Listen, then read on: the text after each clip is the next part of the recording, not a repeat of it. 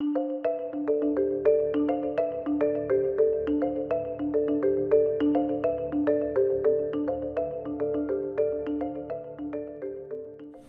pessoal. Bom, eu coloquei na mesa aqui o jogo One Card Dungeon, do Barney Skinner, que é o mesmo designer do jogo que a gente acabou de gravar uma gameplay, que é o 9-Bit Dungeon. Esse jogo ele é anterior, tá? Ele tem muita semelhança, a gente percebe que esse jogo ele foi o embrião que levou ao desenvolvimento do 9-Bit Dungeon, porque tem muita semelhança. Mas as regras não são iguais, tá, pessoal? Especialmente com relação à linha de visão e alcance. Aqui os cálculos são feitos um pouco diferente. Inclusive o ataque é feito diferente também, os cálculos. Então considerem como um jogo diferenciado. Bom, minha sugestão, eu conheci esse jogo no canal do Joquinhos Hard, então quem quiser dar uma olhada nas regras de forma mais rápida, eu sugiro assistir lá no canal dele o vídeo com referência a esse jogo. Aqui eu já vou direto para gameplay, tá? Bom, eu ampliei um pouco a carta para aparecer melhor aqui, e eu prefiro para enxergar, e também o jogo original a gente aloca nossos dados aqui embaixo. Eu não gosto muito disso porque fica no vazio e às vezes confunde com os desenhos. Então eu acabei criando essa playmat aqui na própria carta, que é onde eu vou alocar os meus dados. Então aqui vai ficar nossos status iniciais e aqui são os status do monstro, tá? Aqui são o nível da masmorra, aqui o monstro que a gente enfrenta e aqui a quantidade de vida. Os números aqui no mapa representam a quantidade de monstros que tem no nível. Então, ó, nível 1, eu busco os quadradinhos que tem o 1, ó, esse e esse. Então eu vou ter 2 monstros nesse nível. Aranhas com 2 de vida, que a gente vai representar com esses dados, com a quantidade de vida delas. Bom, a gente vai precisar de 4 dados, tá? Para a gente alocar aqui no nosso status inicial, que inclusive eu já coloquei aqui os números iniciais, tá? Então, nível 1 inicia com 1, 1, 1, 2. Então, a gente começa com 1 de... seria como se fosse um ponto de ação, né? A gente tem 1 ponto de combate, a gente tem 1 ponto de escudo e a gente tem 2 pontos de alcance. Aqui em cima, a referência para o monstro, né? Para todos, na verdade, desse nível. A gente precisa de um dado que vai representar o herói, que eu já estou posicionando ele na escada. Então aqui a gente já começa no nível 1. A gente precisa de 3 dados, que vão ser os dados de energia, que a gente vai ficar rolando durante o jogo, e que a gente vai alocar como quiser nesses 3 status iniciais. A gente não aloca dado nenhum aqui no status de alcance, tá? Esse daqui a gente só vai poder modificar quando a gente passa de nível. Que aí eu posso escolher uma das habilidades para aumentar em 1, aí sim eu posso subir ela. Bom, os dados dos monstros, normalmente eu acho que são 4, mas se precisar eu tenho mais lá. Então aqui a gente vai alocando conforme a necessidade. Bom, nível 1 são as aranhas com 2 de vida. Vamos localizar onde a gente vai posicionar. Aqui e aqui. Então, aranha com 2 de vida e aranha com 2 de vida. Pessoal, esse jogo ele não tem uma história propriamente dita. Então, nesse aspecto, ele é bem retrô. Porque ele lembra muito aqueles dungeon crawler antigos, que na verdade a história era muito curtinha e às vezes nem tinha. O que interessa aqui é entrar na masmorra, matar monstro e coletar o máximo possível de tesouros. Para não dizer que não tem história nenhuma, olha lá, ganhar o jogo. Se você mata com êxito os 3 dragões no nível 12 da masmorra, você ganha o jogo. E... tô fazendo uma tradução livre, tá? E você encontrou o tesouro final, que é o cetro de Moguf. Para quem lembra do 9-Bit Dungeon, é o mesmo cetro, que te dará o poder máximo, a capacidade de salvar sua aldeia, ou uma cura, por exemplo, uma cura por uma praga, matar o seu irmão malvado, ou o que você quiser. Então vê que ele deixa aberto para a gente montar a história que a gente quer. Bom, o jogo também ele é dividido em fases. tá? A gente tem 4 fases, tá? A fase da energia, a gente rola esses dados e aloca embaixo dos 3 status iniciais.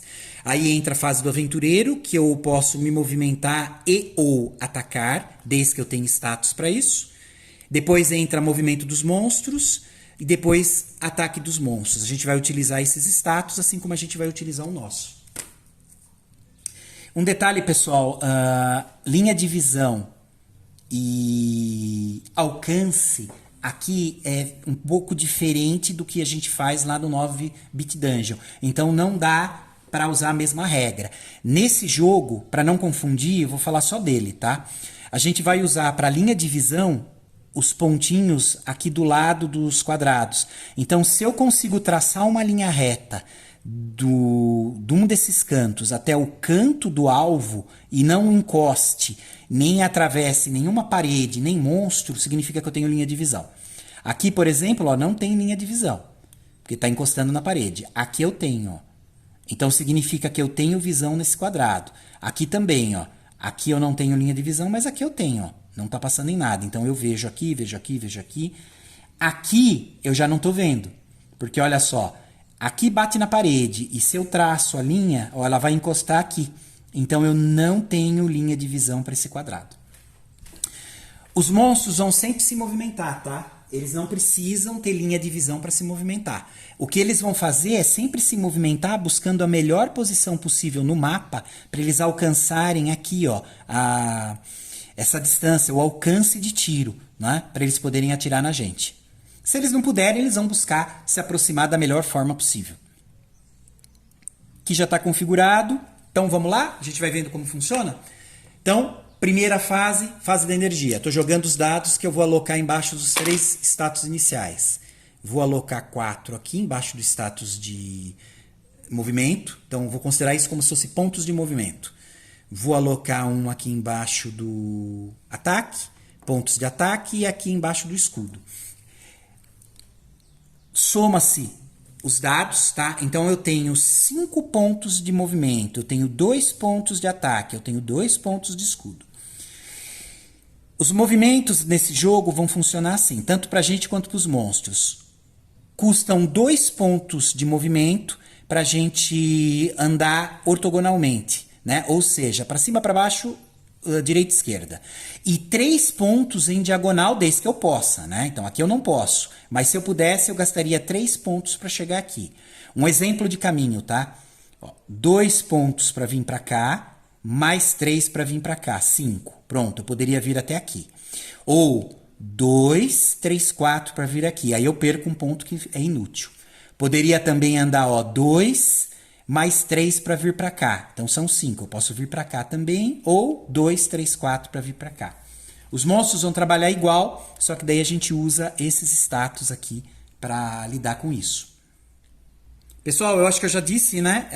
Esta carta, ela é menor, eu ampliei um pouco para aparecer no vídeo e montei uma playmat nela mesma, que tem os status aqui embaixo para eu alocar nossos dados, tá? Mas essa carta, ela é menor, é uma carta só, dupla face, que cabe certinho um dado. Bom, eu vou fazer assim, eu tenho 5 movimentos, 5 pontos de movimento, então eu vou andar 1, 2, 3, 4, 5, eu vou vir para cá. Então, olha só, 1, 2, aí eu vou andar em diagonal, 3, 4, 5, pronto. Eu esgotei os meus pontos de movimento. Eu tenho o alcance de 2, então eu posso atacar se tivesse monstros ortogonais, ó. Se eu tivesse algum monstro aqui adjacente a mim ortogonalmente, ó, é 2 pontos de alcance, eu poderia atacar. Aqui não. Aqui em diagonal eu precisaria de 3 pontos de alcance para atacar. Então, não tem ninguém adjacente ortogonal para eu gastar esses 2 pontos, então eu não ataco. Faz o movimento dos monstros. Eles vão se movimentar em direção do... Nossa, se eles não tiverem ainda alcançado essa distância de ataque, né, de alcance. Aqui no caso ele ataca 3, então eles só precisam estar adjacente, tanto faz ortogonal ou diagonal. Ó, 3 eles conseguem me atacar ortogonal. Vamos fazer a distância mais curta, tá? Olha só, se eu vier para cá, eu vou gastar 3, 4, 5. Aqui ele já vai ficar com distância de acerto, então é o menor valor que eu posso gastar. Então esse monstro ele vai se movimentar para cá. Gastou 3 pontos de movimento e parou. Ele já pode atacar a gente porque ele tem alcance 3, ó, diagonal. 3 pontos para acertar. Esse daqui, ele vai andar 1, 2. Ele poderia vir para cá ou para cá. Aqui ele ia gastar mais 3 pontos e aqui ele ia gastar só 2. A menor distância é aqui, ó, que ele gasta 2. Então ele vai vir para cá. Eu vou usar essa lógica de A. Ele sempre vai buscar o caminho mais rápido para fazer isso, para se posicionar, tá? É para o alcance. Bom, ambos podem atacar a gente. Terminei a fase de movimento, agora entra a fase do ataque. Aqui no caso, pessoal, a gente vai somar os valores de ataque deles. Eu tenho ambos têm linha de visão, ambos estão em distância de ataque, né, o alcance, que é 3, ó, esse gasta 2 e esse gasta 3. Então, ambos têm também. Então, eles podem atacar. Eles vão fazer o ataque juntos, né? A gente soma os valores referentes à força de ataque deles, ó, é 8. Eu vejo a minha de defesa, que é 2. E agora, uma outra característica desse jogo. A gente vai ter que fazer uma conta de divisão. Eu vou pegar o valor de ataque dele somado, porque tem os 2, é 8, e vou dividir pela minha força de defesa, que é 2. Então, 2, 3, 4, 5, 6, 7, 8. Sempre arredondado para baixo, tá? Deu 4 cravado. Então, os 2 me deram 4 de dano. Esse jogo vai ser curto. A gente já foi para 2 de vida. Caramba! É bom que pelo menos eu já mostrei funcionando. Bom, terminou a fase de ataque dos monstros, agora vem nova fase. A gente vai para a fase de energia. Eu rerolo esses dados. Olha só, eu tenho 6, 5, 1. Já vou alocar 6 aqui. Eu vou alocar 5 aqui e vou deixar 1 aqui de defesa. Então vamos lá. Fase do aventureiro, a segunda fase, movimento e o ataque. Bom, eu vou fazer o seguinte, eu vou fazer um ataque, tá? Então eu vou gastar os pontos que eu tenho aqui da forma que eu quiser, tá? O jogo não especifica que eu tenho que fazer uma coisa, depois outra, e terminou. Eu posso mesclar as ações. Então eu vou fazer assim, primeiro eu vou atacar esse monstro daqui. Eu ataco com 6 mais 1, 7. O monstro ele vai se defender com 4. Tá? Então, 7 dividido por 4, bom, vai dar 1,75 e a gente arredonda isso para baixo. Então, eu dou 1 de dano no monstro, já é considerado que eu dei 1 de dano. Então, eu dividi o meu valor 7 pelo valor de defesa dele 4, vai dar 1 em alguma coisa, arredondo para baixo. Então, ficou 1 de acerto. Ok, o que eu vou fazer agora? Já gastei aqui os pontos que eu tinha. Eu vou andar. Eu posso andar até 6, então eu vou fazer assim.